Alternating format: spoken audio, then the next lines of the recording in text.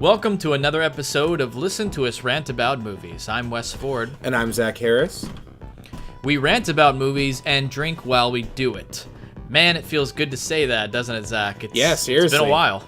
Yeah. Been trying to get this one going for quite a bit now. I know. We've both been insanely busy. What have you been up to, Zach? Not much. I'm working. I'm going to Calgary this week. If anyone lives in the Calgary area, the Underground Film Festival's going on, and the Secret Papa's playing, and you should come out and check it out. Yeah, absolutely. Check out Zach's latest film that he's been working on. It's gonna be good. It's playing on. Make it out there. Yeah, it's playing on 420, so it should be an interesting screening. An appropriate one. Yeah, I hope. I'm sure. I hope people aren't too high to the point where they can't leave to come see it. You know what I mean? Right. At least make it to the theater. Yeah, definitely. It'll be worth it. But yeah, because we've been so busy, we're finally back on the mic, and we have a jam-packed episode for you. We're going to be reviewing Ready Player One, Isle of Dogs, and A Quiet Place, preceded by a segment of what else we've been watching since our last episode. Tonight, I am drinking Lagunitas Dogtown Pale Ale. In fact, we're both drinking this one. As am I. Got it poured. Got it poured in a glass as well. Hey, cheers. Cheers, bud. Let's give a little sip going.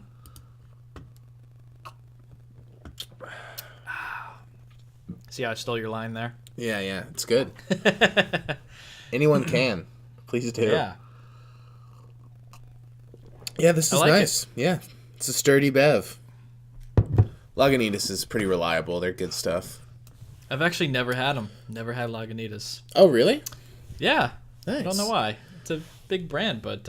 yeah, it's good. Big craft beer brand. But yeah, it's good. I like it. Good stuff. Well... Oh, yeah. As always, tonight's podcast is brought to you by Audible. You can get a free audiobook download and 30-day free trial at www.audibletrial.com/LTURAM. Choose from 180,000 titles from your iPhone, Android, Kindle, or MP3 player. And if you like what you hear on this episode, remember you can find other episodes of our podcast on Apple Podcasts, Google Play, Stitcher, and YouTube. So, Zach, let's get to our watch list. What you been watching? I honestly haven't watched that much, but did a couple rewatches. Rewatched Star Wars on 4K. That looked very nice. Nice. I did as well. Looked awesome. That's some reference quality stuff. That's taking the new demo disc seat, I think. Looks great. I saw Paradox, the Neil Young new movie by Daryl Hannah, like Neil Young kind of concert film / weird narrative. Yeah, I wasn't a huge fan of it, but I saw it at the it was playing at the Music Box here. It's a Netflix movie, and like the day it came out, they played it at the Music Box, and Daryl Hannah and Neil Young were there, so that was pretty cool. Definitely That is cool. Added to the experience.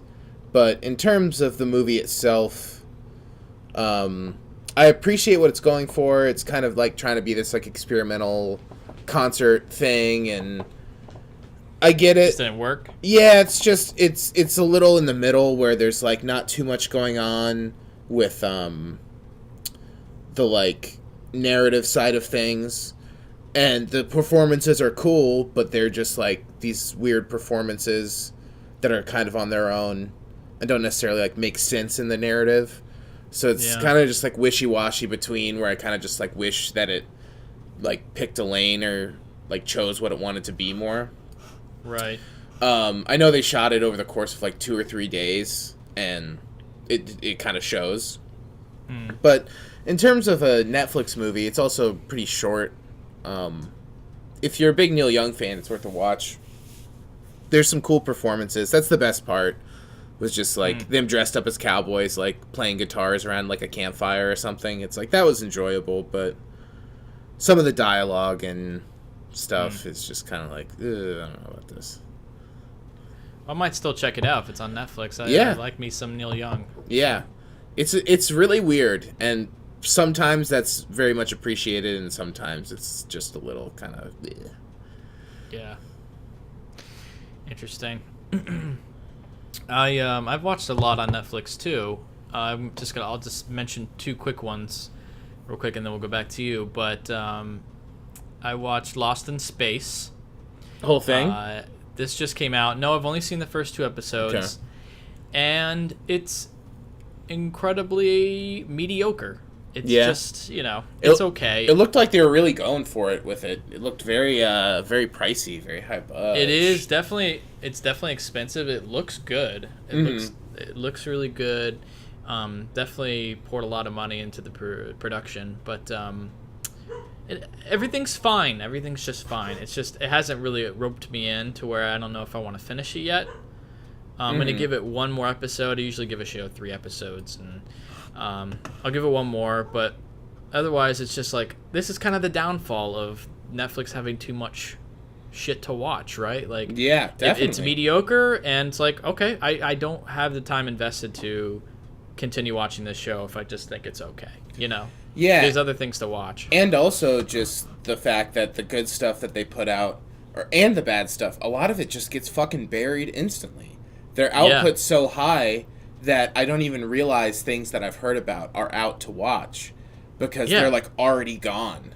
They're like gone in like 3 days, and then it's just like has an upswing in like another month or something. You know what I mean?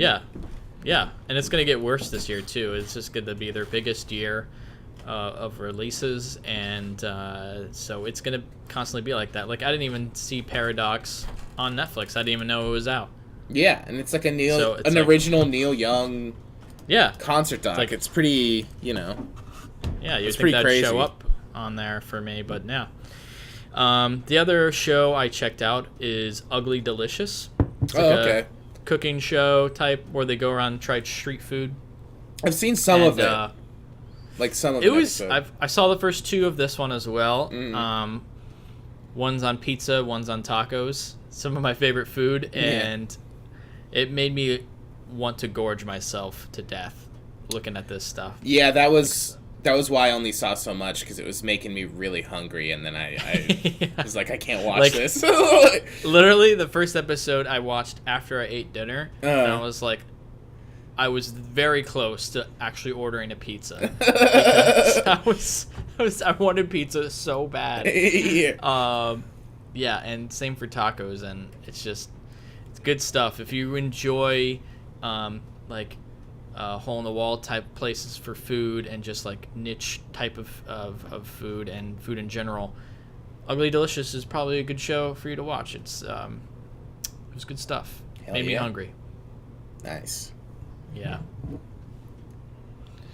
What else you got on your list? I saw Unsane, Soderbergh movie. Nice. I wasn't able to catch that one. It was good. I liked it. It definitely has its shortcomings, but pretty solid. Like it goes really like far at the end, like pretty outrageous. And I think if it would have scaled that back, it would have been a lot better. But also, just like most things with Soderbergh, it's just like this movie's playing here. Like, it's just, I don't know. He elevates things that like don't seem like they would work out or like be as good as I thought they would be. You know what I mean? Yeah. And I feel like this one's kind of in that wheelhouse where it's like very much just like a filmography genre movie, but has some really interesting stuff going on and looks really good for being on an iPhone. It looks good? Yeah. It fits the movie. You know what I mean? The trailer looks pretty rough. Honestly, I didn't...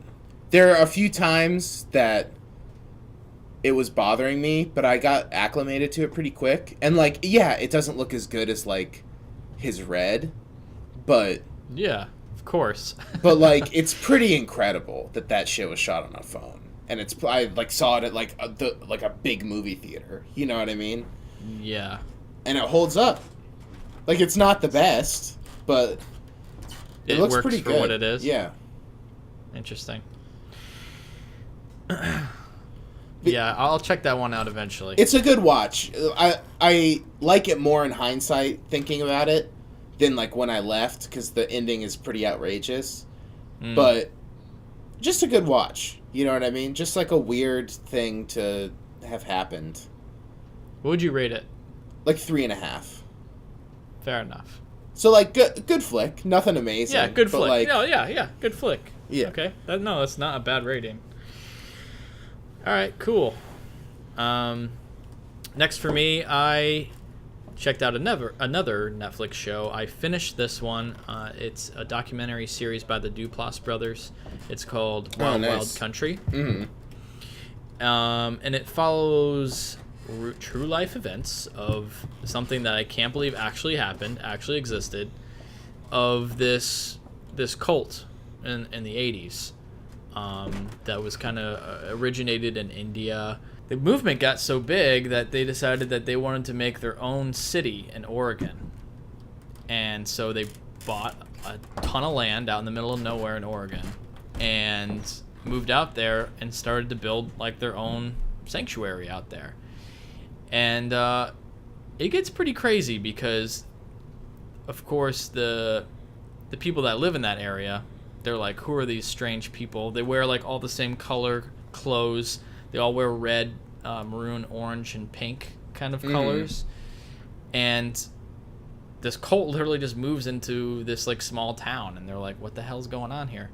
And it escalates to an insane level where it gets national attention, and millions of followers move to this area. And anyway, long story short, it's very interesting. It's very interesting, worth checking out, and really well made. Like the way it's shot is really good. It's the Duplass brothers, so it also has like this strange quality to it. And it's good. It's really worth checking out. Yeah, I didn't finish it. I fell asleep. But the first episode, I feel like all the content was interesting, but I thought the way that they were like kind of presenting it was weird. Like I didn't like how much do they get into like the actual religion in it?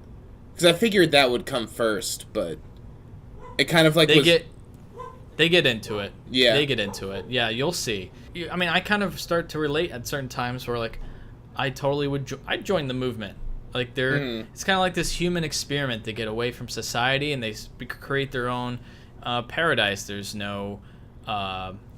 They claimed in the beginning there's no alcoholism, there's no disease, there's no crime, there's no anything. So it's like this free, brand new like society that you can join and just live there. Yeah. And then on paper it sounds incredible. But, of course, our society kind of leaks into that. And so they kind of fight to protect their secrets, and it almost becomes like a Scientology-type situation. I gotcha. And, yeah, I don't want to spoil anything, but it gets crazy. It gets really crazy. Nice. And how it all just escalates so fast, and that this really existed. Like, there's this literal city of this cult. They built their own fucking city. That's insane. And it just all fell apart at some point. And, like, I didn't even know about it. You know? Yeah, totally. When did it happen? It was like in the majority in the 80s. Okay. Mainly. Yeah. Nice. I think it was, like, mainly, like, 84, 85. But, yeah, they became known, through... It was on the news, and people just sort of thought of them as weirdos. But they gained so many followers. Like, people moved there, and yeah, they had these annual events that were literally millions of people, and they had so much money. They built their own airport. They had like 20 Rolls Royces, and it's just crazy. It's really crazy. So yeah, it's worth checking out. Yeah, it's really worth checking out, and really well made. Like I said, some of the footage is just fantastic. Of what they get of people just like walking around like in the interviews. And what's really crazy is this series had all this real footage from the time. Yeah, it seemed like in the first episode, like in the beginning, they were showing a lot of like stock stuff that was shot. They just had Well, they just logged everything. They logged everything. They filmed everything. So there's footage from every single phase of this cult, how it developed. Yeah, that's crazy. And so it's just hours and hours and hours that they had to just easily build this documentary, really. And then they just shot new stuff with the people, how they are today. And it's crazy, man. Worth finishing, for sure. Nice. The first episode starts a little slow. Yeah, once you get into the second one, it starts to build up. Yeah, it seemed weird. My only issue with it, and I didn't like end it and go, I'm not watching that. I just like hadn't gotten around to it again, but I felt like they kept like bringing things up like I should know. You know what I mean? And I was like, but wait, like what's this? And like, who's this lady? You know what I mean? Like making all things is explained. Like, yeah. So I guess I just need all to be is patient. Explained.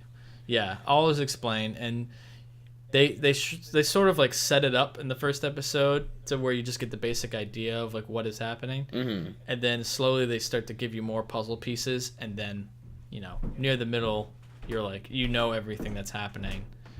Gotcha. They just have to set it up a certain way because there's so much story to tell. But yeah, that's Wild Wild Country. It's on Netflix. There's only 8 episodes. It's an hour. Some are a little longer than an hour. Nice. So, yeah. Anyway, we're checking out. Oh yeah. You should watch Flint Town. Did we talk about Flint Town last time? No, but I've heard a lot about Flint Town. Flint Town is incredible. Yeah. Yeah, it's very, very much worth checking out. Like, is it a series? Yeah, it's like 8-hour or 8-part documentary. I've heard it's really good. Yeah, it's incredible. The amount of like access that they have, and the way it's put together visually, like I don't know. I was pretty blown away by that show. I'll check it out. So if you're vibing on the Netflix 8-hour documentary series, Flint Town's another one. Yeah, it was amazing. Explain what that one's about. Just that one's the police force in Flint, Michigan, or I guess it's all about Flint, Michigan, but mainly focusing on the police force and just the realities of being there and interviews with the police officers and their perspectives, and then you're also seeing like people in the street and what they think of the police and the relationship between them, and like how like on a given night in Flint there's only enough money to have like 5 like cars out, but they're getting like calls on like hundreds of calls a night, and it's just like underfunded to the point where like how are we even expected to keep up with this? And then you get the other side where it's like frustrated cops and they're like, how are we gonna like answer all these calls? And then it's like also cutting to like people who are like in trouble, like calling the police, being like, I don't know, I've been waiting for 2 hours because a guy was like firing a gun outside my house and they just like didn't come, and you're infuriated, but then you see it and you're just like, well, I don't know, there's like less than 100 cops there or something. I forget the number. I'm a little removed from it at this point, but wow, it's pretty insane. It's just crazy what's gone on over there, and like it's like a third world country in America. It's like it's what the hell's going on? Yeah, it's really tragic. It's very sad. It's definitely a sad show, but I thought it was incredible. And they have a whole episode that kind of covers the election, and you get like the cops' perspectives on what they think of like their fellow police officers now that they know like that they support Trump, like a black officer being like, I don't know how I can even like work with this person who I thought was like with me, like supporting him, and like it's really interesting. Oh, I'll check it out. Yeah, it's fantastic. Nice. Yeah. Good stuff. I also or did you have another one? No, go ahead. Go for it. I was going to say I also caught You Were Never Really Here. Yeah, man, how was that? I liked it a lot. I thought it was great. It's very much feels like kind of similar to I guess what we were saying about Soderbergh, just kind of like an elevated genre movie. Like, it very much feels like a 70s kind of New York kind of I like it already. crime thing. It's really short. It's simple, concise. Stars Joaquin Phoenix, right? Yep, Joaquin Phoenix. Johnny Greenwood score. The score is Oh, just divine. amazing. Just divine. He's so good. Yeah, he's incredible. There's some real synthy stuff on it too, which I was definitely into. I love it. Yeah. Oh man. But yeah, it's really great. It's basically just like Joaquin Phoenix is hired to find this girl who's been trafficked, this like underage girl who's been trafficked into like a prostitution ring, you know. And it's about like really ugly, disgusting things, and it's very violent, but it somehow manages to be beautiful at times and keeps it pretty classy.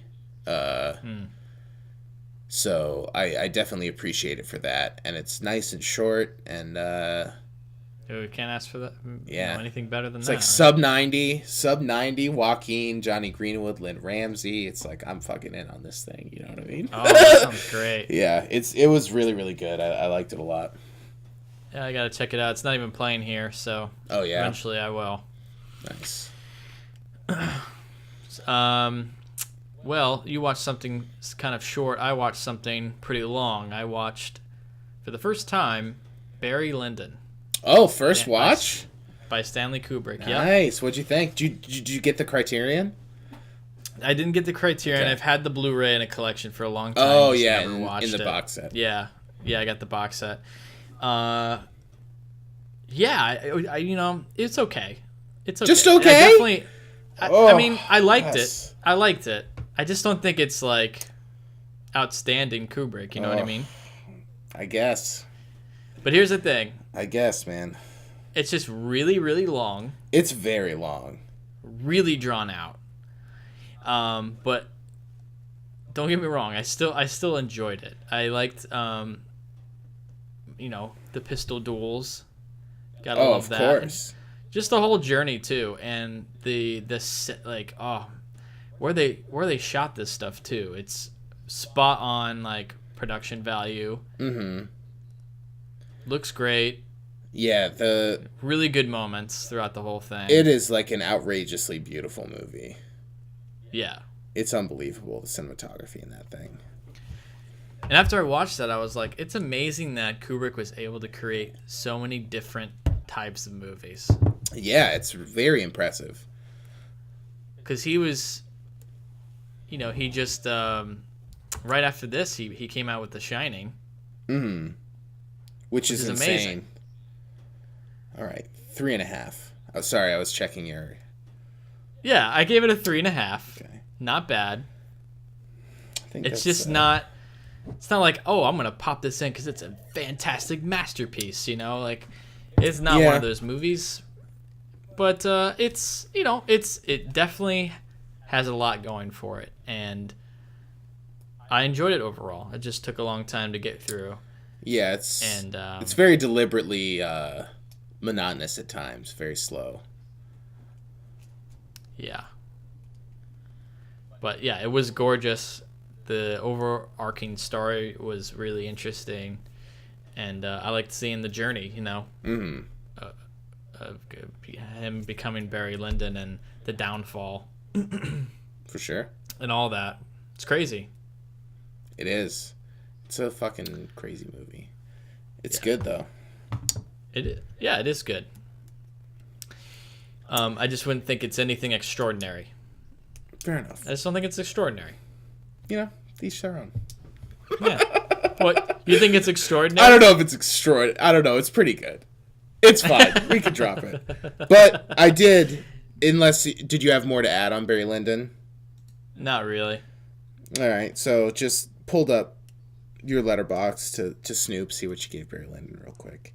Yeah. Notice a little something else on here that we might just need to discuss real fast. Oh. Not trying to be a ween here, but I just noticed the what's the date on this bad boy? The March 25th logging of Conan the Barbarian. Yeah. At 2.5 stars. What's that about? Yeah, man. You're out on not Conan? like It's not like I disliked it. It's it's Two and a fucking half, Conan. man. It's Conan. What do you give it? 5 stars? Come on. Maybe. It's at least a 4.5 for me. Well, here's the thing for me. You grew up with it. I didn't. Yeah, but it's also But I bought really the Blu-rays. good, though. I bought the Blu-rays. I popped it in on a Sunday. I enjoyed my time watching it. It's just not a good movie. But I gotta say, I disagree. I think it's fun and it is good. I think it's legitimately a good genre movie for what it is. It's legitimately a good genre movie. Yeah, 100%. If we're talking Conan the Destroyer, we might have a different conversation going. But Conan the Barbarian, I have a poster for it in my living room. I know you've loved that movie. I know. I just never. I'd never seen it. Whoa, this was your inaugural watch. Yeah, that was my first time, dude. That's crazy. Yeah, I know. But it's like so it's totally a lot of hype for a long because, time. Exactly. Fair enough. It's a lot of hype. But you know what? I bought them because it's like, come on, it's Arnold. It's a fantasy movie. I fucking love fantasy. It's true. It's like a sword and sorcery type movie, which I love that shit. Mm-hmm. So I liked the movie, and I totally understand what it is, and I love it for what it is. But as a neutral party that's analyzing it as an actual piece of film, 2.5. Doesn't mean I dislike it. Each their own. Each their own. What are you gonna do? I'm upset. I'm really upsetting Zach today. John Milius, man, he's a good boy. He's a good boy. What else you got for on your list, man? That's really about it. I don't really think I watched any. I did some rewatches. I guess I could very quickly mention I watched Nausicaa of the Valley of the Wind, the Miyazaki movie. And it was a delight, like most of his movies.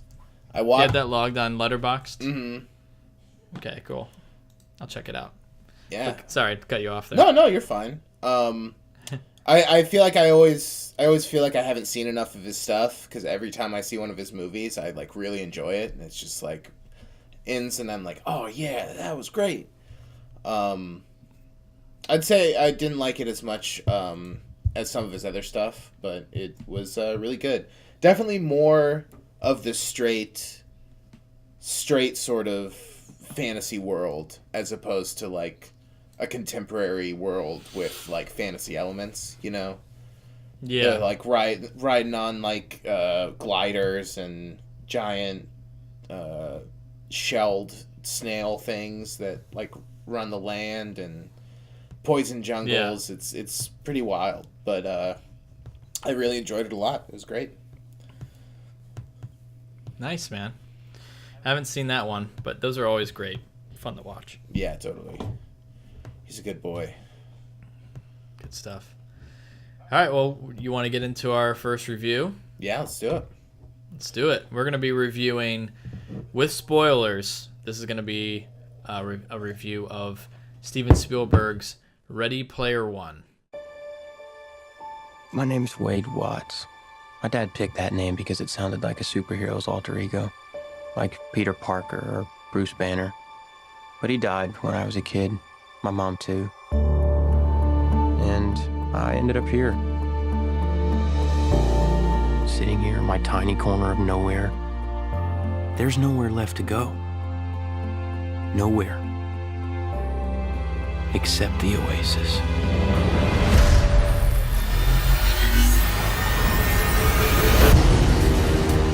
A whole virtual universe.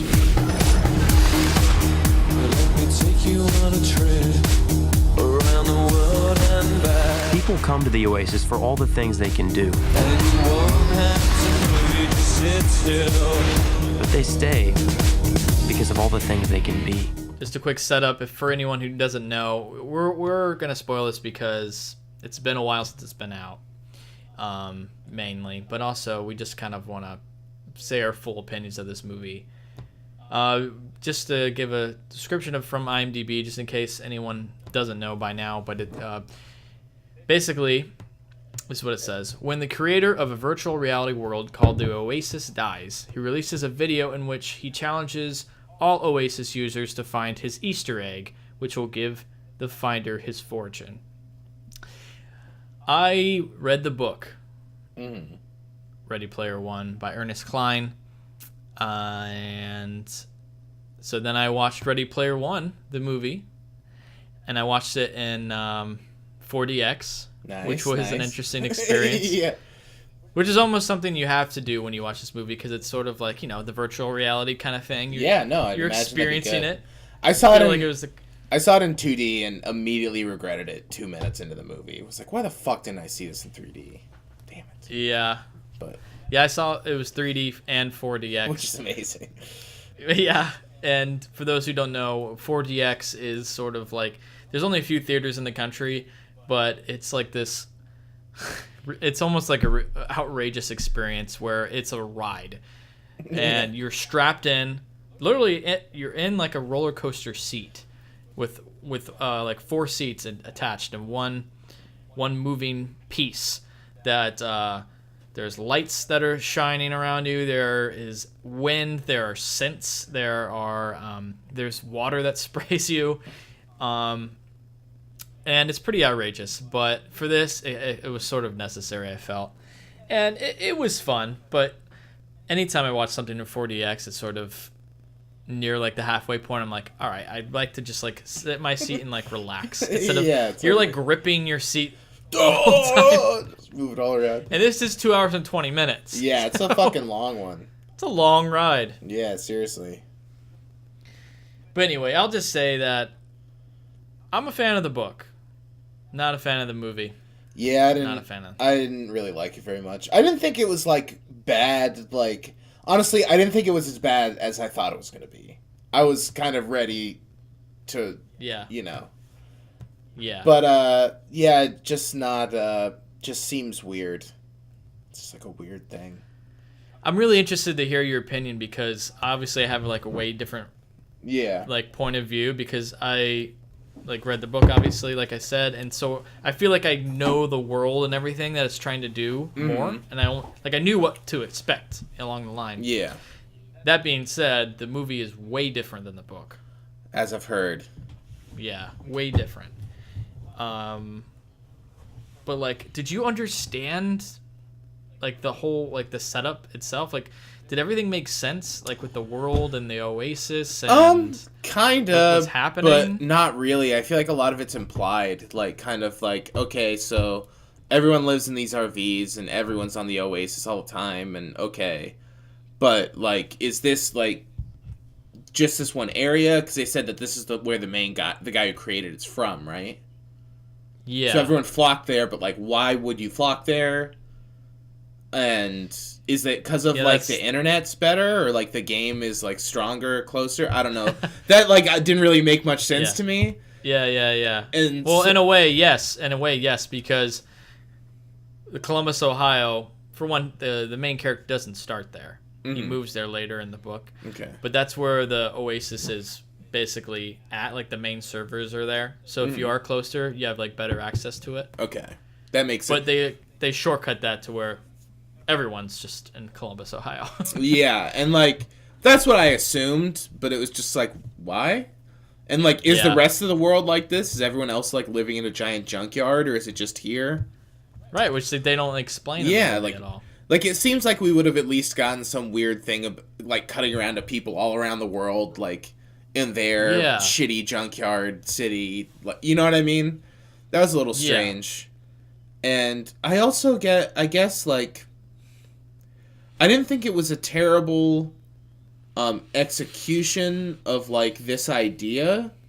I definitely have some logistical things that like I didn't think made sense, but it almost is like just not a great idea. It's like, does this make the best movie?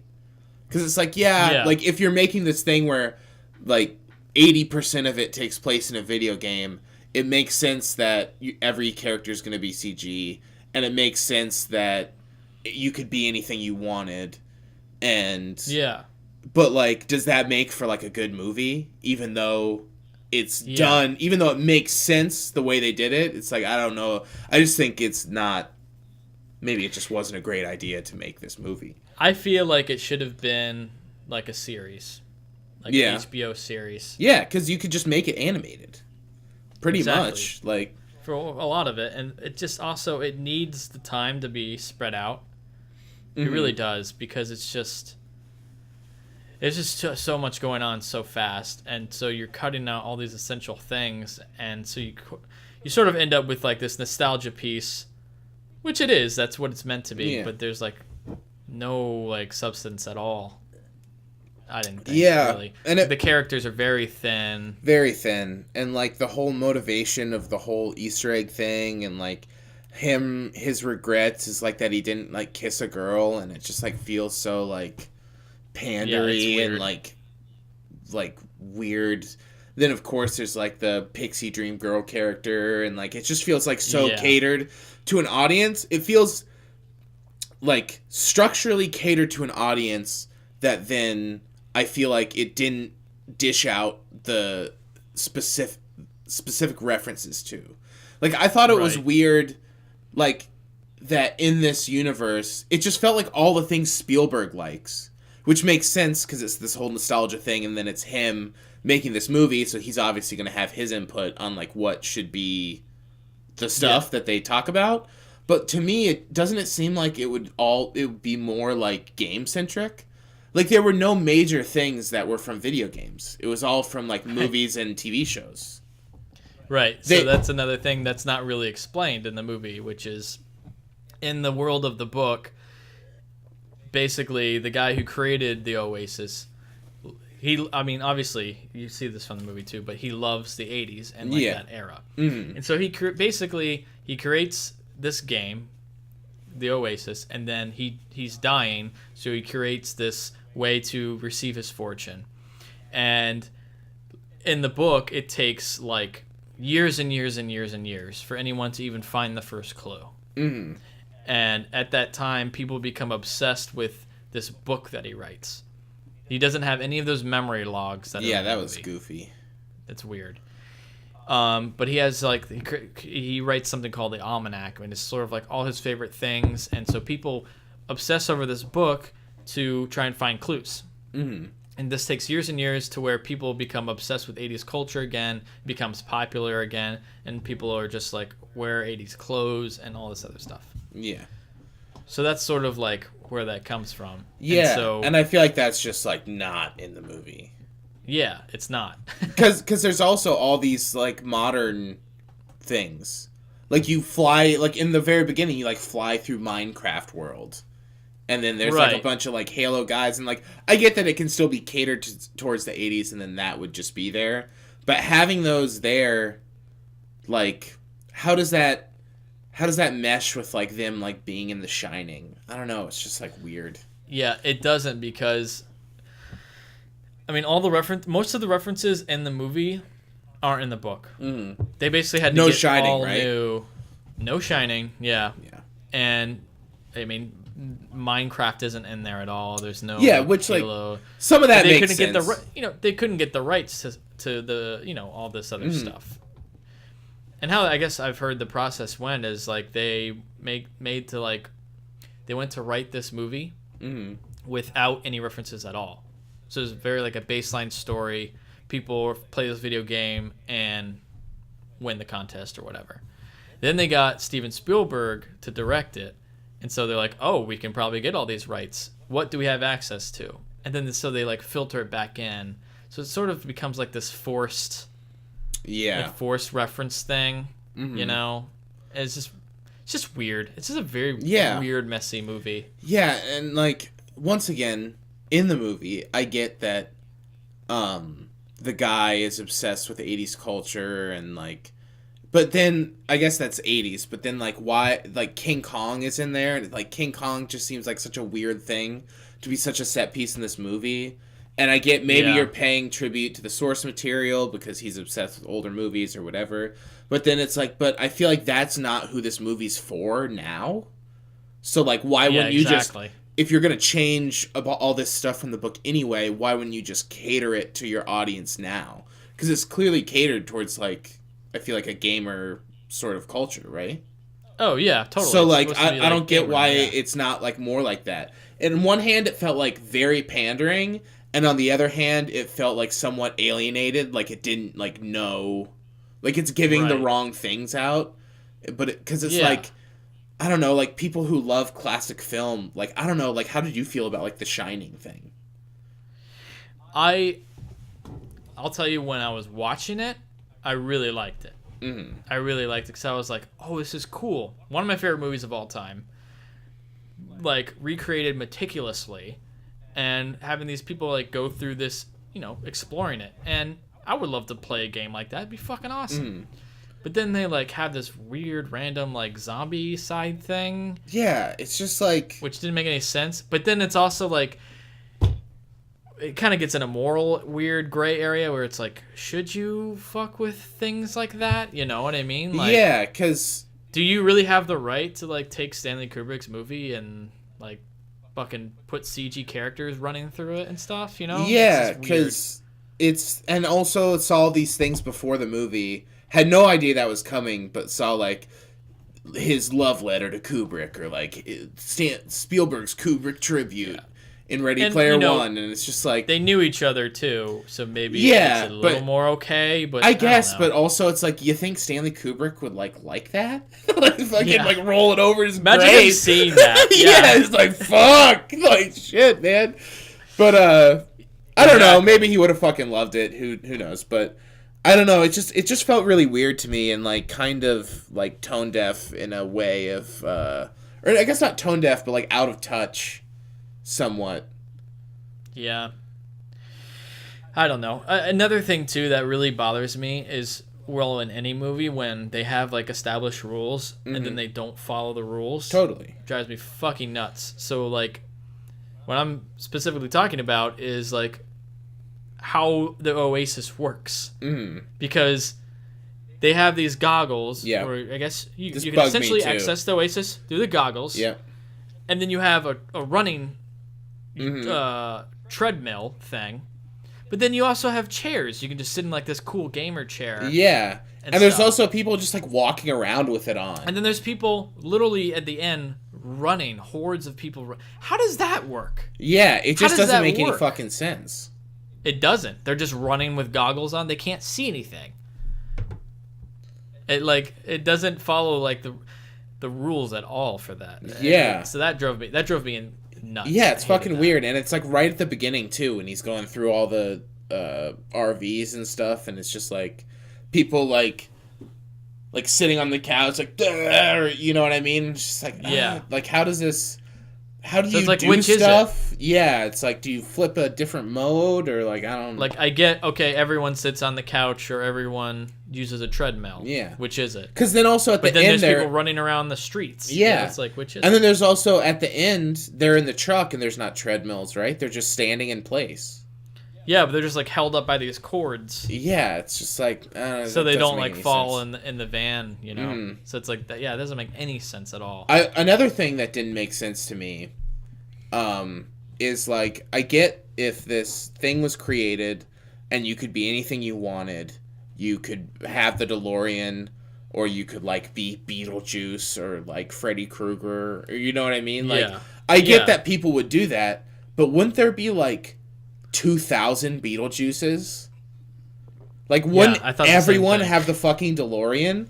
There'd be like 500,000 Oh, you think- DeLoreans. You know? You think Parzival's the first fucking guy to come up with the idea of having the DeLorean as his car? Yeah, Come it's on, fucking there'd be a weird. billion of those. Yeah, everyone would have all the stuff that's in it, and there would be like massive groups of people that looked exactly the same.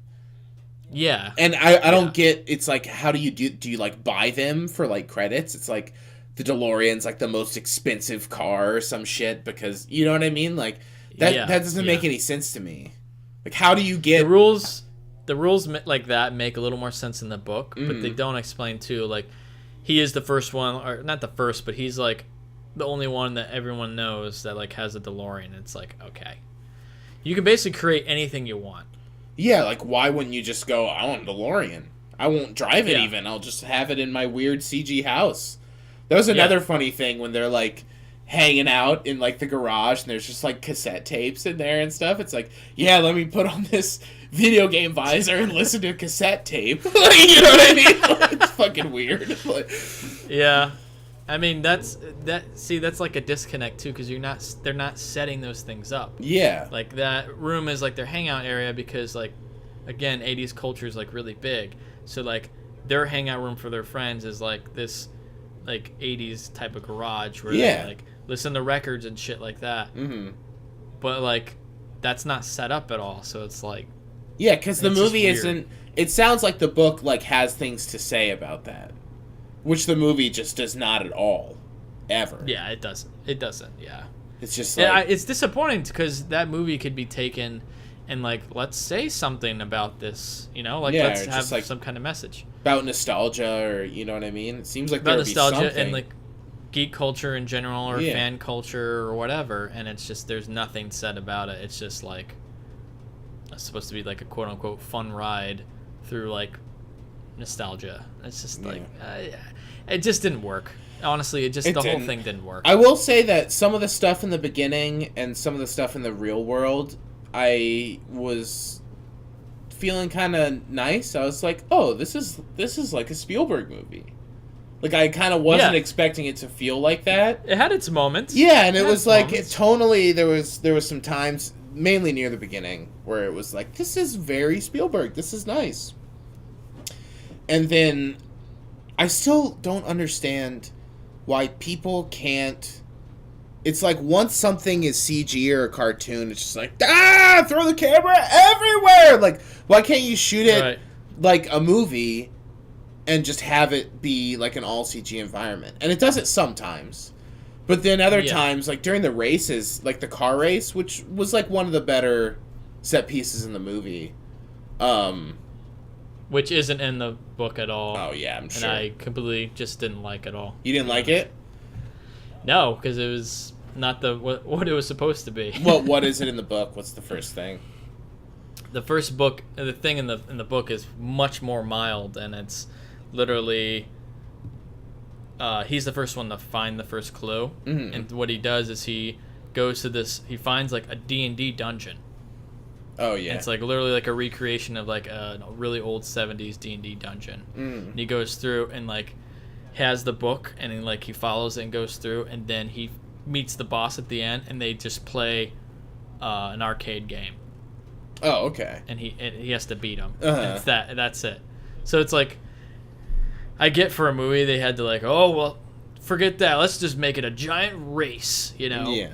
But it's like, come on. The reason he figures it out by driving backwards, like no one tried that. Yeah, it's a little goofy. Then is also the last thing in the book, is that also playing, was that the same? The last trial?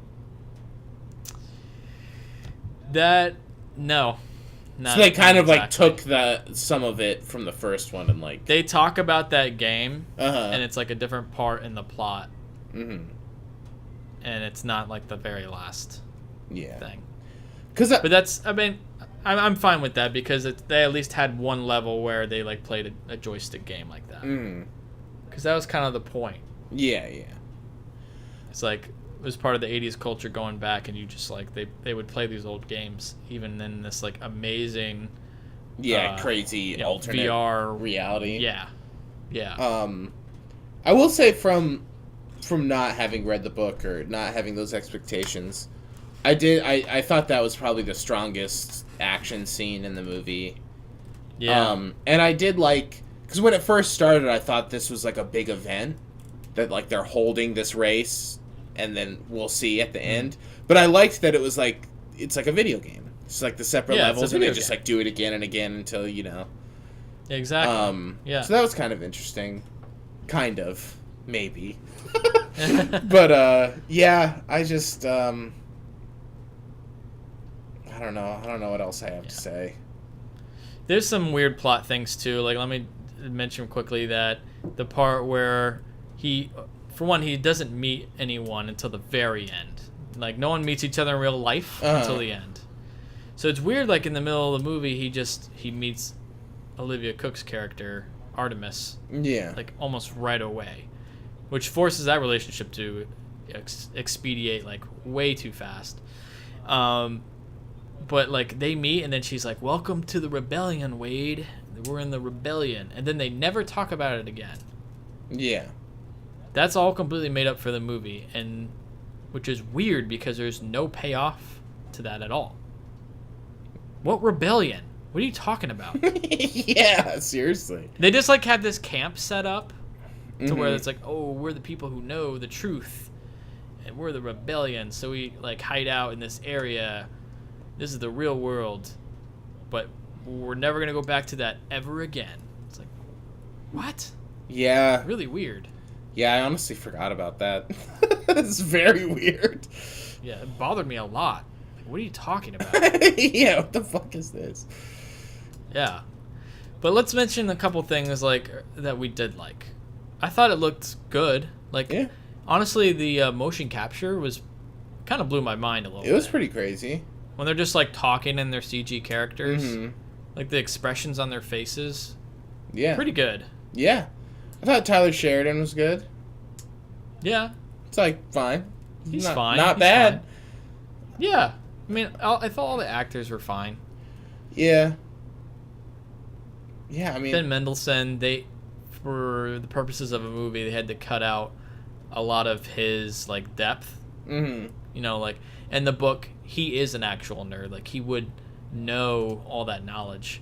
Oh yeah. But they had to like they had to like jump past that and be like, see, he has access to people who are constantly telling him things, Mhm. which he does in the book when he's in the challenges and stuff.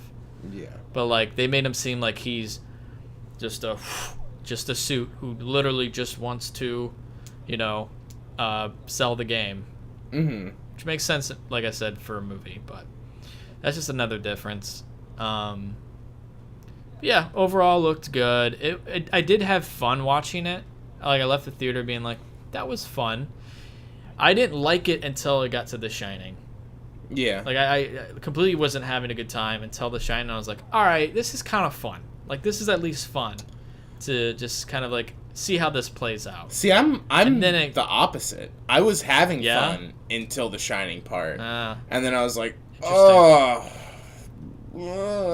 I wasn't a fan of that. And then I interesting. felt like the end was just like the battle was just some like big convoluted like too much stuff happening and like hard to track. It's weird too because it's like, yeah, Ty Sheridan's character too is like, he's this nerd who can't really talk to girls or anything. But all right, now we're at the end. There's the battle, and he's this leader, and he's saying the coolest shit and like doing the best things and like playing. We're just not that- gonna that- take it on a fucking boombox. Yeah. Yeah, I don't know. It's overall it's a very big mess of Yeah. a movie. I think it's trying to do too much and doesn't really succeed at any of those things, which sucks. Definitely. Get all that shit about being awkward talking to girls fucking out of that thing. Ugh. So pandery. And then also, I felt like I wasn't huge on the songs and the song choice, but I also felt like, was yours just like really low? I felt like all the songs were like turned down. Yeah, it was something in the mix that it felt like the music was like a little low. Yeah. Yeah, it was like these songs are kicking in. It's supposed to be like big and like replace the score basically. Right. But it just felt like it was always like at medium level, so like you could hear dialogue over it. But usually you'd like bring that back up when there's no dialogue, and there's just like never happened. It's just like always like kind of like Yeah, I guess I flatlined, did low notice in that. the mix. I thought that was really weird. I didn't know if that was just my theater though. Yeah. No, I noticed it a little bit. Maybe not as much as you, but Mm-hmm. there were a couple moments where I did think, oh, the music's a little low. Like, turn that baby up. It's Yeah. like an 80s song. Come on. Yeah, I was like worried. Like in the beginning, what is it? It plays some Rush song in the beginning, right? Yeah. And I was like worried. I was like, oh shit, is the whole movie just gonna be really quiet? Like fuck, I don't want to watch this movie quiet. You know what I mean? Yeah. And then the dialogue came in and the sound effects, and I was like, huh, no, it's just like a really weird choice, or something's Yeah. messed up. Huh. Yeah. All right. Well, anything else you want to say about Ready Player One? Not really. It was pretty whatever. Yeah. Yeah. Unfortunately, well, let me just say, Steven Spielberg, he has some of those moments like we talked about, and like you can see some of like those intimate scenes, like the actors and the characters communicating to each other, like one on one. You really, I felt that Spielbergness in there. Yeah, yeah. Like, I was a couple months, I was like, oh yeah, this feels like Spielberg.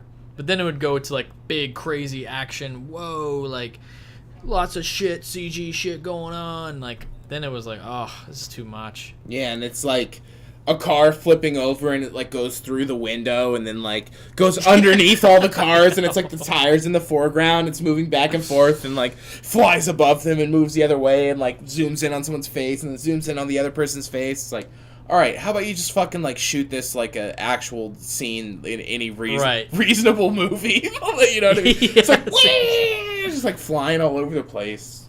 It's insane. Like, we get that you have the capabilities to manipulate anything with your money, but, doesn't mean you don't need to chill out a little bit, pump the brakes. Yeah, just shoot it like a regular movie, man. Yeah.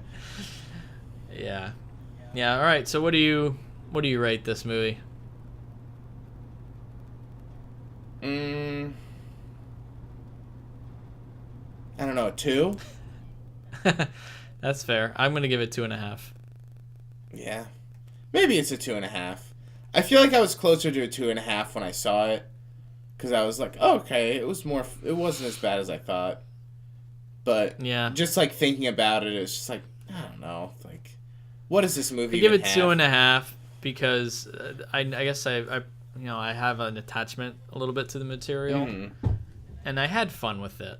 But it's not a good movie. Yeah. To me. It's not. Like, do I see myself really, like, watching this again? Yeah. I don't even know if I'm going to buy it, dude. No, I don't think so. Yeah. I'm sure that 4K it'd look good in 4K. Nice. It would look nice. It's going to look nice, but I don't know. It's just, I don't see myself ever, like, craving to watch it again. I don't know. But anyway, that's our review of Ready Player One. It's been out in theaters. You can check it out if you want to. We didn't really give a compelling. Go out there and check it out. It's a solid 2.5 stars. You know what I mean?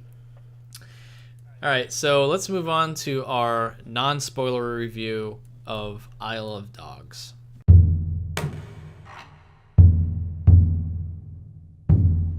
The Japanese archipelago, 20 years in the future. Canine saturation has reached epidemic proportions. An outbreak of dog flu rips through the city of Megasaki.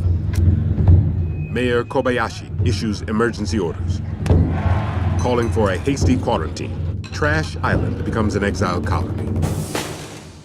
The Isle of Dogs. I don't think I can stomach any more of this garbage. Exactly. Same here. Words out of my mouth. Nobody's giving up around here, and don't you forget it, ever. You're Rex. You're King. You're Duke. You're Boss. I'm Chief. We're a pack of scary, indestructible alpha dogs. Atari Kobayashi, you heroically hijacked a junior turboprop XJ750 and flew it to the island because of your dog. Darn it. I've got a crush on you. All right, this brings us to our non-spoiler review of Isle of Dogs. That was from the trailer of the movie. This is directed by Wes Anderson, written by Wes Anderson and Roman Coppola, story by, as well as Jason Schwartzman and Kuniki Nomura. I saw this movie a week ago. Nice. So it's somewhat fresh. Yeah, but, I'm a little more removed. I saw it a couple weeks ago. Let's see. Yeah, I saw it on the 28th. What'd you think? I thought it was fucking amazing. I was a really big fan. Yeah, I really liked it as well. For me, it wasn't his best work. You know, it was sort of just like very typical Wes Anderson, but in a good way. Like, I had a lot of fun watching it. I just love his style in general, and also, you know, especially his stop motion style. It was great to see like a new story with the same kind of stop motion animation as Fantastic Mr. Fox, which is one of my favorites of his. Yeah. And to see kind of like this new take on it, and I thought it went in some like a couple surprising directions, which I didn't expect at all. And yeah, I really enjoyed all the characters, the story, and it just looks great. It just looks freaking great. It looks fucking amazing. It's like one of the best looking things I feel like I've seen in a long time. It's just like... It's one of the best stop motion pictures I think I've ever seen. It's just unbelievable the way it looks. Like, holy shit. Yeah. I really enjoyed it. Yeah, I don't feel like I don't have like a ton to say about it. It's all pretty primo. I guess my main thing, which I guess I could talk vaguely about, and it isn't a spoiler, is just I feel like you kind of lose track of like the pack. You know what I mean? As the movie progresses. Yeah. And it's kind of a bummer because I do really like those characters, and I thought they were really funny. Yeah. I would have liked to see that come back a little more. And I also didn't love Greta Gerwig's character. Not necessarily because of Greta Gerwig, but I just thought her character was a little weird in it, and maybe unnecessary, and also contributed to some, you know, I think some of the reason people are a little offended by it. You think so? Well, let's talk about that. Why do you think her specifically? I feel like it's just like a white savior thing. You know what I mean? Just kind of like making everyone who's kind of like whatever towards it get up and do something, and then it's like, oh, you were right.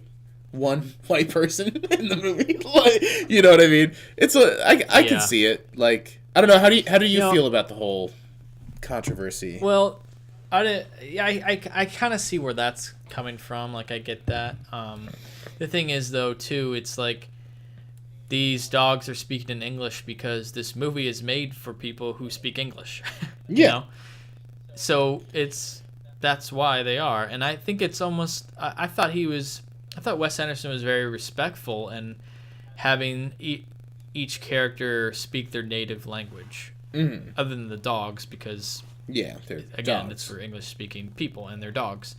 So for ease of use, you know, that's why they speak English. But, you know, I kind of thought it was just a cool way of, like, even like before the movie, it says everyone speaks their native language. So that's why some are there's subtitles, and you'll get English if it's translated by a translator or otherwise. I thought that was kind of cool, and I thought that was, in a way, his way of trying to be respectful towards Japanese culture and everything like that, by having them have that language in there and have their own story and their own voice in there. Yeah, I did like the concept of the translator. I thought that was cool. I will say, I do think at times I wouldn't have minded there being subtitles. Like, I don't think it would have, not necessarily for everything, like, have the translator, but, like, the scenes with, like, the scientists and stuff, and some of the scenes with, like, Atari with the dogs, I felt like could have even made things stronger, or, like, got more humor out of scenarios if, like, the audience was clued in on, like, what they were thinking. Because I agree. I guess there were a couple moments where I was like, I don't really know what's going on. You know, I kind of can tell what's going on, but I don't really know what they're saying because I don't speak the language. Yeah, it's a little alienating. So I get that aspect of it. It is. But it can't be. But also, I don't fault the movie for trying to present it in a way that makes it more accessible to, like, kids who speak English, which is technically what it's going for. I feel like it's a little less of a kids movie than other kids movies, obviously, but I do feel like it is, like, playing in that zone, though. It's not necessarily, like, you know, write out as a kids movie. Yeah, it's definitely playing in the zone. It's sort of like a kids movie for adults. Yeah. That general audiences can go to, but it's not like pandering to kids. Yeah, exactly. I do think there is some stuff like I guess my general attitude is like I definitely see where it's the controversies coming from, but also I don't know how else to like do it if it was to be done. If that makes sense. It's like, yeah, they're pretty much boiled down to like a bunch of stereotypes, I guess, when you watch the movie. It's like, yeah, they got the cherry blossoms, they got the sumo, they got the sushi, you know what I mean? That like it's all in there, and there's the whole white savior thing and characters not being subtitled intentionally, but also it's like in a fictional city, which I think makes a difference, and it's also in like a fictional future, which makes a difference. Yeah. And aside from like the language barrier and the fact that it's a fictional city in a country, but like I feel like it's a similar thing that he's done in his previous movies. Like I think Darjeeling had it's a little more understandable because it's literally like three white people having an experience in like immersed in another culture. Yeah. But like Grand Budapest, they make up a country, don't they? Yeah. So like that's kind of weird too, and like I don't know. I guess I get where people are coming from, but I didn't find it particularly offensive. But also, I'm, not Japanese. So. A white guy. Yeah, I'm a white guy. So what do you want me?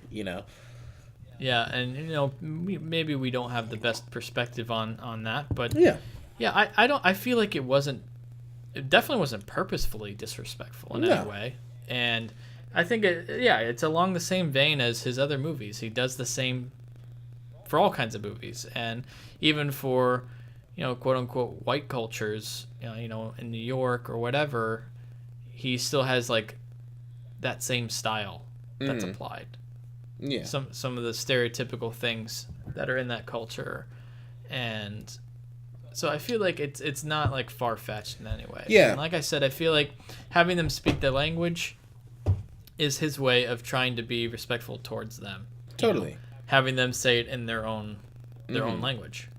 Yeah, and like I was saying earlier about it being the way it is, like the best case scenario, I guess, for the way it is. It's like it is kind of catered towards kids, so I get that, there's all like the staples of like the taiko drummers, and you know what I mean. There's all the staples of the culture that you would expect, the stereotypes or whatever. And there's I lost my train of thought. God damn it. Well, while you try and maybe remember, I felt like it had some of his, overall it had like his typical plot beat points. Mm-hmm. It had, the romance in there. It had, the downtrodden characters who try and overcome their past. Yeah. And, but it's always they're just so delightful. They're delightful movies, and it's a lot of fun. They're just a lot of fun. Yeah. Yeah, I don't know. I really enjoyed the movie. Yeah, it's fucking amazing. The animation is like out of control, unbelievably good. It's really funny. The voice acting's good. I do think that his style in general is better at post Mr. Fox. Personally, I just feel like having made an animated movie that like very much carried into his live action movies, and just like kind of realizing they're more cartoonish and living into it a little bit, and he's really honed his vision. Yeah, it's almost to the point where it's like expected, like you can anticipate how the shots will look based on the actions, because there's like a vocabulary to the movies, which is interesting. There is. Yeah, totally. You got to have like the top down close up shots on a map with hands coming in. Totally. You know, you got to have the center aligned everything. Mm-hmm. You got to have someone in the foreground looking towards the camera with talking to people who are in the background on the other side of the frame. Exactly. You got to have labels on everything. Yeah, but it almost becomes fun at that point. It's great. And it has a lightheartedness to it. Yeah, definitely. And it's just trying to have fun, and like I don't know if I quite like it as much as Mr. Fox, but it could potentially get up there on the rewatches, I would say. It could. Right now I have it ranked kind of a little lower. Mm-hmm. Not like lower on the list, but kind of more like in the middle, I'd say. Yeah. I really liked it a lot, though. I think Mr. Fox is my favorite of his movies, so it's quite... I think that's where I've kind of ranked it, too. Mm-hmm. Yeah, it's something... It's weird because I never kind of, like... What's your favorite Wes Anderson movie? I don't immediately think Fantastic Mr. Fox, Mm-hmm. but it sort of naturally like kind of progressed its way up there. Yeah. And I think back on it, I think maybe Fantastic Mr. Fox sort of had, I don't know, it had this plot that seemed to resonate a little bit more, I think. Yeah. It was maybe a little more complex than a little more straightforward in Isle of Dogs. Yeah. I don't know. I can't wait to see it again. Yeah, honestly, I kept thinking I was going to go see it again before we did the cast, because I just wanted to. Didn't just use it as an excuse to go again. Yeah. But, yeah, super funny. Without saying too much, because it's a funny joke, I thought Tilda Swinton's character was maybe the funniest thing in the whole movie. Oh, yeah. Just fucking had me dying. It was so funny. Hands down was the best. Yeah. And opening credit sequence, I feel like he usually doesn't have opening credit sequences. That was cool. Yeah, totally. Oh, the opening was great. Yeah, loved all the voices, the design. The cast is amazing. Yeah, the cast is insane. The cast is so good. And it's crazy how his cast just grow and grow and grow with each movie. Totally, because he's just bringing everyone back. Everyone wants to be a part of it. Yeah. Everyone wants to be in it. I would like to see Bryan Cranston in a live-action one that he does. Yeah, me too. That'd be really interesting. Also, more Brody. I like Adrian Brody in his movies. Come on. Yeah. And it's interesting. There's no Owen Wilson in this one. He's in everything. Yeah, it's true. No Owen. And he has a great voice. He's super funny in Mr. Fox. It's like the coach or whatever. Yeah, he's so good. Your dad? Yeah. He was the best player we ever had. Yeah, he's amazing. He's amazing. Yeah. But yeah, just a fucking banger. Just fucking amazing. Yeah. It's like, what are you going to do? It's incredible. Like, I don't know. It's removed enough to where I can't remember exact things, you know, but also, I don't know. I just really enjoyed it. Yeah, it's great. And there's not much else to say without spoiling it too, so worth watching. What would you rate this movie? I think I'm going light 5 on this one. Oh man, really? Yeah, it's fucking banger, man. Wow. Okay, so you think it's like literally fucking amazing? Yeah, I loved it. It's just a movie that is just like, yep, there you go. You know, like, I don't know. It's pretty much like, it's a Wes Anderson movie, and it's great. Yeah. Yeah, no, I really liked it. I didn't, like, outrageously love it, but I'd give it a 4. Okay. Yeah. Like I said, it's just not... It wasn't anything extraordinary for me. It's not anything that stands out in, like, all his work. Yeah. But it's just, like, it's a really good, solid, like... It's a solid Wes Anderson movie. Hell yeah. It's got everything you want. And, yeah. That's pretty much it. Yeah, it's great. Gets all those beats you want. Gets all those moments and feels you want throughout the piece. Totally. It's got the great characters. It's got the great cast. Great score, too. Incredible. Great score. Score was amazing. Yeah, I loved the score. I love that little whistle thing that they do throughout it. I can't even remember what it is, but it just stuck with me. Just like the act of them doing that. And just like this cool world that they built. And it was an interesting thing too, I thought. One last thing, that for one, Wes Anderson has this amazing style, and it works perfectly for this kind of movie, right? Mm-hmm. Stop motion, because he has complete control over everything. Yeah. But I also thought it was interesting because of that, how he just decided to like make it on like a trash island. Yeah. And like how interesting that is to have like a stop motion piece, which can be literally perfectly clean and flawless, quote unquote, for what you want, and it's like to have that on a trash island. Yeah, was really interesting. It's pretty funny. I love the detail in the trash is like fucking insane. Really cool. The layer with the bottles and like the lights shining through and like, oh my god, it's amazing. It's incredible. Yeah. Just getting me fucking raging hard that whole movie. You know what I mean? Yeah. So, all right. So that's gonna conclude our non-spoiler review of Isle of Dogs. Before we get into our next review, I'd like to discuss a special deal from our sponsor. For the listeners of the Listen to Us Rant About Movies podcast, Audible is offering a free audiobook download with a free 30-day trial to give you the opportunity to check out their service. So to download your free audiobook today, go to audibletrial.com/LTURAM. Again, that's audibletrial.com/LTURAM for your free audiobook. Now let's move into our non-spoiler review of A Quiet Place. Who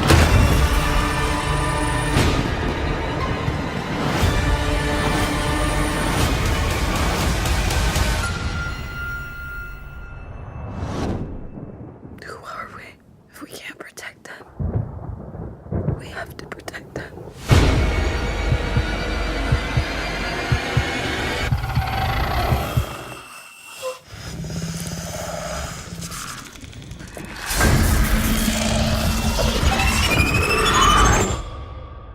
So that was from the trailer of A Quiet Place. This is a film directed by John Krasinski and stars John himself with Emily Blunt and Millicent Simmons from did you ever see the other movie that she was in? I don't think so. What was that? Wonderstruck. No, right? No, I wanted to. That's the Todd Haynes movie, right? Yes. Yeah. And she's an actually hearing impaired actress, which was a great choice for this movie. And it's about a family that's forced to live in silence while hiding from creatures that hunt by sound. It's like I'd say it's like a mashup of genres. You've got drama, horror, sci-fi, a little bit of Western in there. A little bit. There's a little Western vibe, I'd say. A little Western vibe. A little Western vibe. And it's doing really well at the box office right now. This is the most recent movie that we've watched. Again, we're going to talk non-spoilers now. We'll talk spoilers after, a separate segment. So, Zach, what did you think of A Quiet Place? I thought it was all right. I didn't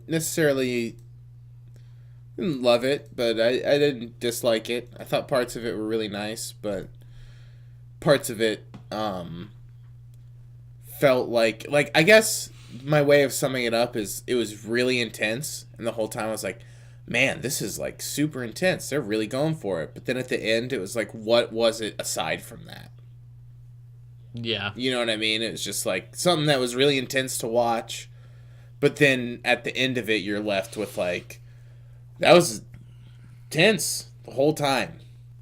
Yeah. And like I feel like I didn't really take anything else away from it. You know what I mean? Yeah, it is a very intense movie. I'd recommend anyone to actually go into a packed theater to watch it. As long as people are not talking throughout it. It actually makes for a really interesting experience because it's fucking quiet the whole time. I was like, the whole movie, hardly anyone speaks throughout the entire film. And make sure you don't have to fart at all before you go in. Don't fart. I wouldn't suggest getting popcorn. No, not at all. I had some candy and a drink, and it was just like, Jesus. Like, every time I loud, slightly right? moved, I had like a kind of a creaky chair. I was like, ah! Every single... Well, it's like you almost feel like, it's interesting because you almost feel like you're going to alert these creatures, right? Because any sound that happens, like, these things pop out. So you're just like, the whole movie is just so quiet, and everything's built on the sound design, which I think is actually incredible. Mm-hmm. Sound design, because you need good sound design for a movie like this. There's no talking, so it's a very interesting concept. But I agree with you. I think kind of once you left the theater, you're sort of left with, okay, it was a very intense experience, and that's kind of it. Yeah. And it's like sometimes movies like that are fine, that are just like a ride, and it's like, okay, like I get that, but if it's that, like, why do we need all this other stuff that's in it? Yeah, I guess. I don't know. I think it resonates with people because it kind of has, this universal element of, like, family with it. Yeah. Stuff like that. So it's good for parents. It's good for kids. It's not incredibly violent. It's PG-13, which some people are saying it's not a horror movie because it's not rated R. I disagree. Who cares? I think Drag Me to Hell was doesn't PG-13. That movie's fucking amazing. Yeah. And it's fucking scary at the same time. Yeah. This movie has its own scares. So yeah, I think it's an entertaining movie, but it's a movie that after I left, I sort of like looked back and was like, yeah, some of this stuff doesn't make sense. Some of the plot doesn't make sense, Mm-hmm. and some things bothered me. I feel like there's not a lot. Yeah, there's a lot of stuff that's like really convenient in terms of like upping the stakes. Like there's a certain scene that we can talk about later, but that with like water, where it's just like literally just there to make it more intense. Like it felt like a few times they were stacking their cards a little high. It was like, okay, this is already an insane scenario. But we've already established that this is an insane scenario 30 minutes ago. It just seemed like they kind of like blew their load a little early in terms of like delivering the scares. So then it just had to constantly add on and one up itself the rest of the movie. When I really don't think it needed to. Like, it gets going pretty soon. And I do like the well, that's maybe a spoiler too. Fuck, I don't know what to say. I thought visually it started off really strong and then kind of became whatever. But, like, there's some really pretty stuff in the beginning of, like, him sitting on that silo, that wide shot, like, lighting the fire. It's like, oof. Daddy like some cool stuff. Yeah, that was good stuff. I thought Emily Blunt was really good. Yeah, I thought like her acting was great. She's always a good actress. Mm-hmm. I love Emily Blunt. John Krasinski was fine, but honestly, it bothered me a little bit. All his like hero shots and like I'm a hero. I'm an amazing dad hero, but because he directed it, it's a little goofy. That kind of bothered me a little bit. It's like. But he was good. He was good nonetheless, and the kids were great. The kids were great in it. Yeah, I thought the little boy was good. Millicent, the girl, was good. Mm-hmm. I feel like it was. We'll get into this more a little bit later, but it does set up something that happens. It doesn't just like go away. They like feel the consequences of that throughout the whole movie. Yeah, that's which I think it's good writing to do that, and it makes for good characters too. Yeah, and so I enjoyed that aspect. But yeah, I would say honestly for me, I feel like it's a little overhyped. Definitely. I think every horror Yeah. movie now is overhyped. It's a nightmare. It's like everything's the scariest and the best since whatever was last Harold the best, and I feel like I'm just constantly disappointed by horror movies. Well, side note, I really hope I'm not disappointed with Hereditary. Yeah, because that looks fucking crazy. and it's supposed to be really scary. Mm-hmm. But then, this movie isn't like, this is horrifying. This is the most scary movie you'll ever see. It's more just really tense. It's like taut. Yeah, very tense. Yeah. You sort of like feel like you can't breathe until the very end. Yeah. Which, it has it, that's good in its own way. Yeah. And, well, I can't say that either. Shit. I'm out of things to say.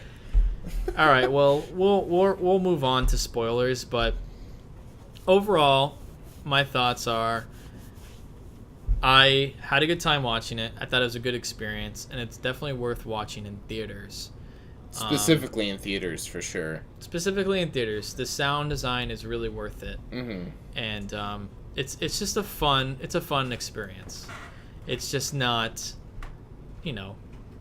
it's not like this amazing film, but it's a fun experience. Yeah. Yeah. You agree? Yeah. It's a good watch. It's like if you're looking for something to watch, it's a good watch. Yeah. But I don't know if I ever need to see it again. Yeah. But I guess I get why people like it. I just don't think it has that much new to offer. It kind of just seemed like it was pulling from a bunch of different things kind of recently. Kind of felt a lot like It Comes at Night at times. It was like that, and it didn't suck. Yeah, seriously. Fuck that movie. But I don't know, it definitely felt like it was pulling from a lot of recent things. And I guess I just didn't necessarily need to see this version of those things. I just felt like it didn't bring much new.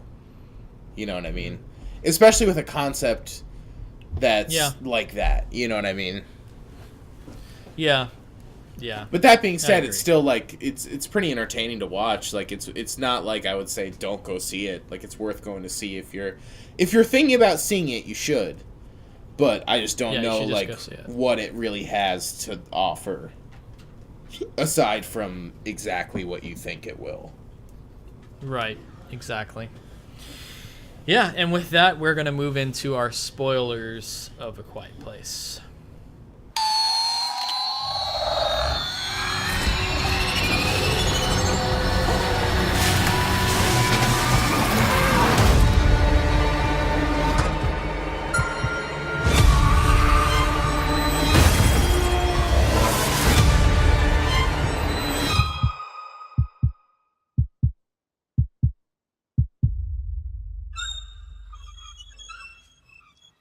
I think my favorite thing about it is that literally the whole movie happens pretty much because she drops a picture, right? What do you mean? They don't come until she drops that photo when she's walking down the stairs.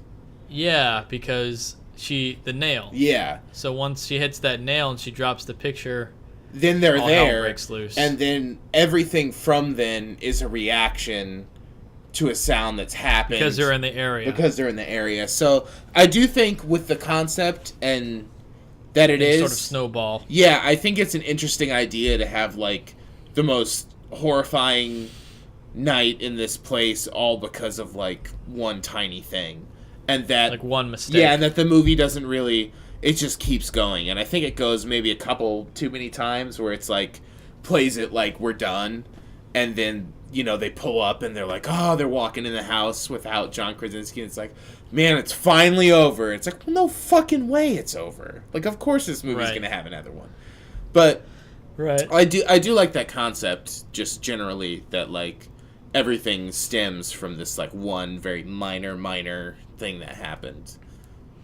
Yeah, I didn't even think about it like that, but I do actually like that now that you point that out. Yeah, I think it's a cool idea. It is a cool idea. Although, and I get too, so she's pregnant and then she has the kid. Mm-hmm. I totally get, on paper, that's even while it was happening, I was oh, this is a really interesting concept, because you have an area where you can't make any fucking sound or you die. Yeah. And she has to have a kid. Are you kidding? Mm-hmm. That is the worst. Yeah. But then it sort of like just happens too easily. Like your water doesn't break and you just have a kid like an hour later. Like that doesn't happen. Yeah, and also a baby doesn't shut up 5 seconds after it's born.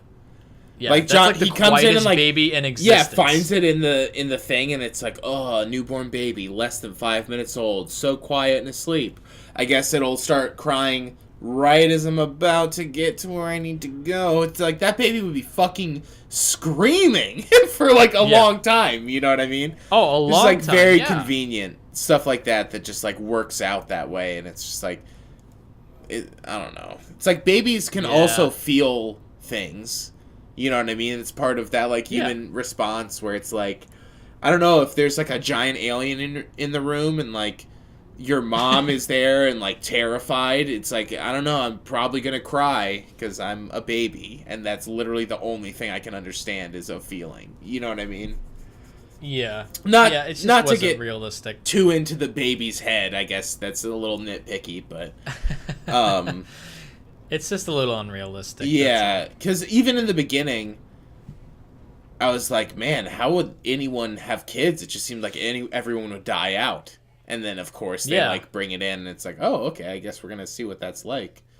But, also, it's pretty fucked that they, like, tried to bring another kid into the world. Yeah, seriously. That's the other thing. It's like, I guess if you're get pregnant, then you get pregnant, and like, what are you gonna do in this society? But also, it's like, man, let's get ready to bring a child into this. You know what I mean? It's like, that's pretty shitty. Like, hey son, you're gonna have a really shitty life where you can't ever say a word. Like, yeah, you can't be a kid. Which actually leads me to one point that I want to talk about, which I thought was interesting that they explored with the girl and her being like a teen girl, and how she can't. For one, she's deaf, so she can't fully communicate. You know, in ways where she's like really upset, but also you can't make any sound, so it's like you can't really be a kid like a young girl and like lash out. Yeah, you can't like really speak out in anger because you'll die. And like that internal struggle I think was like interesting to see too with her. Yeah, I kind of liked that because it's like, yeah, that would be very frustrating. Like, I mean, definitely, even as a teenage boy, like you can't lash out, you can't fight with your parents, really. You know, it's like that's really hard. That's like really hard. I do think though it was a little. I think they could have portrayed that better with her not like running away. You know what I mean? Yeah. Because it's like, yeah, I definitely get that, and I do like that concept, but also you like witnessed your baby brother get murdered by one of these things for like one sound seconds later. Like literal within 10 seconds your little brother was dead. And you're going to like go out in the middle of the night. You know what I mean? Like I get that there's a certain limit of being a kid and not caring and being like, well, maybe if I'll just die. You know what I mean? Because fuck my mom and dad. But also it's like, wouldn't that be just like scary as fucking shit? Like it seems like she would be terrified to leave. I would be. Now. Like if this was happening and I was in a house with other people, but I don't know. I think with her though, she's like the older sibling who's like a little more brave, because that's played in later where the boy who's, even though he's the boy and stereotypically he'd be the man so he won't be scared type of thing, he was legitimately terrified. He didn't want to leave. He didn't want to go anywhere. So at least you see that too. Like no, he's that's a little good younger point. kid. That's a good point. He's scared, you know, out of his mind. But also, nitpicky thing, I thought it was weird. I don't understand why the son had whatever he had that they needed to get medicine for him at the beginning. Weird thing, they get the medicine, and you're like, okay, this kid has this illness. That's true. And then it's literally never, ever referenced the rest of the movie. Like, what? Like, why is that in there at all? Also, they're at this store to get the medication. They look for it forever, find it, and then walk immediately out of the store onto a path that they created of sand. So it's like, what do you just like Yeah. keep these rations there? Like, there's this medicine that you know your son needs, and you just go, you know what? Let's keep this bottle here. We'll come back for it. Like, that doesn't make any sense to me. You know what I mean? I mean, I get that they have like a trail to the town because they often go there. No, for that things makes that total they might sense. need. But like, yeah, if it's like a continuous medicine, I guess that he was just like, he was sick. He had like a fever or something. But they never say what it is. Yeah, it seemed like it's not like a continuous sickness. Yeah, but the way that it was presented, maybe I'm being nitpicky, but it felt like it was a condition. You know what I mean? Yeah, like they set it up as the first scene, like it was a condition. Yeah, like I felt like that was going to be a part of the movie, and it just never came back. And they also they should have said like while they were there, like, he's got the flu or something. Yeah. You know, or like sign language, he's flu, or you know. Yeah, like, and it's like they're also in the store that they all act like they haven't been in, but it's on this path. It's like, why wouldn't... I don't know, if I was there for over a year, I feel like I would have taken every fucking pill in that thing. That place would be empty, because I would just take everything. Well, to be fair, it was only like a little over a month. Oh yeah, because the flashback before is it said like day 43 or whatever. Okay, yeah, and then it's like a year and a half later, right? Yeah. Yeah. Okay. Yeah. Fair enough. But yeah, I just thought that was a little goofy. Seemed a little goofy. Yeah, it was a little strange. Also, I didn't understand the scene with the old guy yelling in like the middle of the thing. Like they just stumble across him and... Oh, he's just like gave up on life? Yeah, but it's just like the most insane thing ever. Like you're in this scenario and you're just like, I just want everyone to die. It's like, I don't know, it's felt really weird. Like I on one hand, I liked how weird it was because like, well, this is fucking weird. It's just a strange looking man like holding his mouth shut and like looking really goofy. No teeth. Yeah, and like it was like, this is a very unexpected weird beat to be in this movie.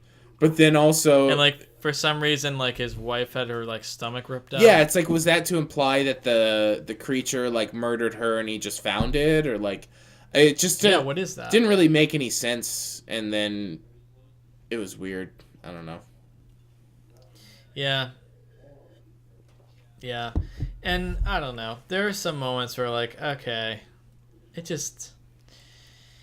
In hindsight, doesn't really make a lot of sense. You know, like, for instance, the aliens or whatever they are can just, like, rip through, like, this solid steel silo. Yeah. But then they can't, like, rip into a car. Yeah, the car thing made absolutely no sense at all. It's like, also there's a windshield that they could just break through immediately. Like, easily go right through it. Yeah. Because couldn't you... So it's like, also, okay. It's like... I get that they can't see, but also I'm sure they've touched glass and like, couldn't you, if you poked it, like be able to feel what it is? And like, well, they would just like be trying to break anything, right? Yeah. Like they would just be like poking everywhere. Yeah. Like that doesn't make any fucking sense at all. It's literally just a device so that they can have 1 second to breathe while they have like a moment looking at their dad and they're able to like use the truck that they set up and like drive away in the truck to the house. Yeah. Which is weird. And also, just generally, I'm fucking out on that design of the creature. Yeah? Yeah. I thought it was kind of cool. I liked the head plate thing. Yeah. But I feel like every monster post Cloverfield is the same. Yeah, I mean, it's got that like bug-like alien kind of Yeah, it's like weirdly like a bug. It has small legs. It has really big arms. And like a weird bent body. And I don't know. I feel like I see movies and they're like that, but like the Stranger Things monsters kind of looks like that, and this looks like that. And yeah, it's like other than like the ears and like the head plates. Yeah. The rest of the design was very familiar. It's a very generic modern monster. Yeah. And I feel like it. Yeah, totally. And I feel like it's weirdly post Cloverfield, for some reason. Yeah, I get that. But I did like the concept of like the plates on its head moving or whatever. It's like at least they were trying. it like moved towards the sound, which was interesting. Mm-hmm. Like, I thought that was cool, and I liked the ear. Yeah. You know, kind of like going into the ear. But yeah, I don't know. But I guess a good thing I kind of didn't mind was like that they didn't explain what they were. Oh like, yeah, that's great. It's literally no honestly, need to. It didn't matter. Yeah, it doesn't matter at all. Like doesn't matter like where they came from. Like I'm glad there's not like pointless fucking exposition shit. That being said, that the Clueboard and whiteboard is the most brutal thing I've seen in a movie in a long time. Like, that is really bad. It is fucking brutal. Like, what was it? I feel like that find was the Michael Bay. weakness with the like circle. It's like, yeah, this guy's got to remind himself to find the weakness every day. Weakness. Like, what the fuck? Like, how many in area? Like, 3. It's like, okay. Not to mention only him was like allowed down there, so like it was literally just for him. It's like we're supposed to expect these news clippings, and him saying "find the weakness" is a personal reminder. Like get the fuck out of here with that. That was brutal. What is the weakness? Yeah, circled like 3 times. It's like he stood down there and wrote that and went, "Shit, what is it?" Like, he just like stares at it every day, like. Get the fuck out of here. That's outrageous. Also, it just stayed on this whiteboard for like years. Yeah. Just goofy as hell. But that was totally a Michael Bay thing. Yeah. Because he produced this, you know. Mm-hmm. Him and Johnny are buds now, right? After 13 Hours or whatnot. Yeah, exactly. The Benghazi movie. Mm-hmm. So he got the funding for his movie from probably after that. But yeah, I bet you that was like Michael Bay being like, what if there's like this whiteboard, you know, in the background, kind of like explaining, you know. Perfect way to solve your problem, John. Thought of the perfect way. Just write it on the board in the background, dude. Yeah, you got a whiteboard, you write it in the back. Tells you right there. Yeah. Don't need to explain it any other way. It's like, oh god, that's brutal. Yeah, that was goofy as fuck. Goofy as fuck. But yeah, I don't know what else. I think that was most of my things. Yeah, I thought the score was pretty decent though. I honestly don't really remember it. Like it had a couple good moments. Mm-hmm. It had like that. Had a little bit of that Western feel to it. Gotcha. For me. But yeah, all in all, it was very cheesy, but guilty pleasure. I kind of liked the John Krasinski kind of sacrifice. Although in hindsight, I like laugh at it, but it's like at the time, like in the moment, it was like, oh God, no, you know what I mean? No, like, totally. Tore me up a little bit. Yeah, but then it's like, oh yeah, he directed it. Of course he did it. But also, it's another thing that doesn't make sense. Why did he sacrifice himself and not like try anything else? Like, you're gonna die anyway. Why not like make sure that they escape or something? Yeah. Instead of just like yelling like, take me. Yeah, or like at least like picking up that axe and like trying trying to hack at it. It's like, try go. Like he went down without a fight, you know? Yeah, it's like, what does he think? That they're gonna get away and never encounter it ever again? You know what I mean? Like he has no way of knowing that at all. It's just like, at least fucking give it a whirl, you know? Yeah, like use the shotgun. Did he have the shotgun with him? Like on him? No, I don't think so. I think Emily Blunt had it. Which that was another thing, is I thought the ending was really weird.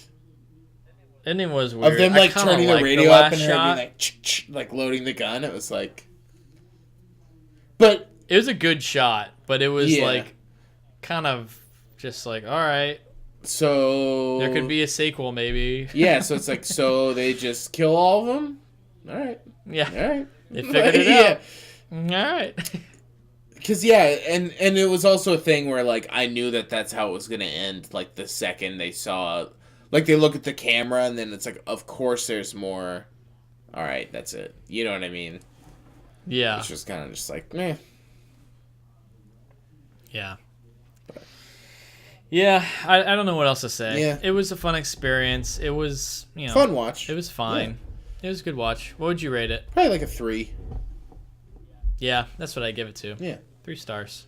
It's like I feel like if it had a couple tweaks, it could have like reached greatness. Mm-hmm.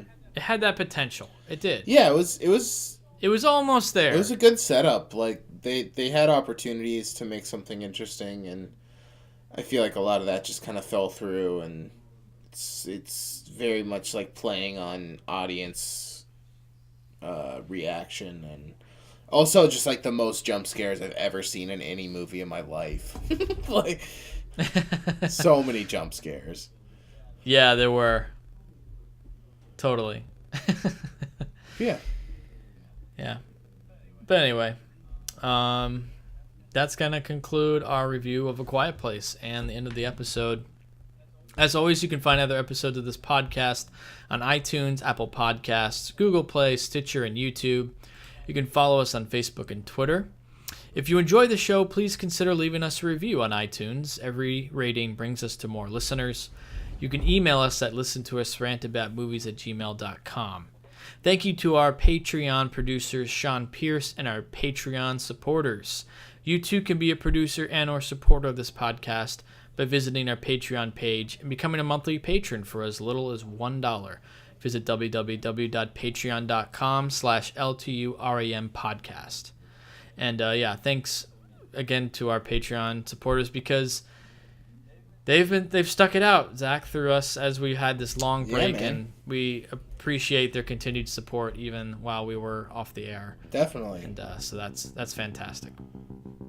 So that's the end of our episode. Our next episode we're gonna be reviewing Avengers Infinity War, so stay tuned for that. Yeah. And also, if you're in Calgary on 420, come see a weird movie. Yep.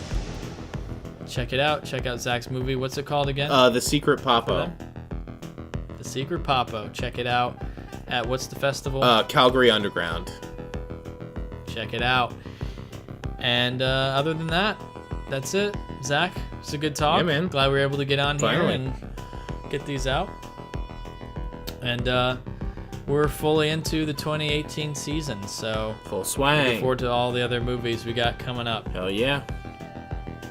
All right, dude. All right, until next time. It was fun. Good talking to you, man. Yeah, totally. Until next time.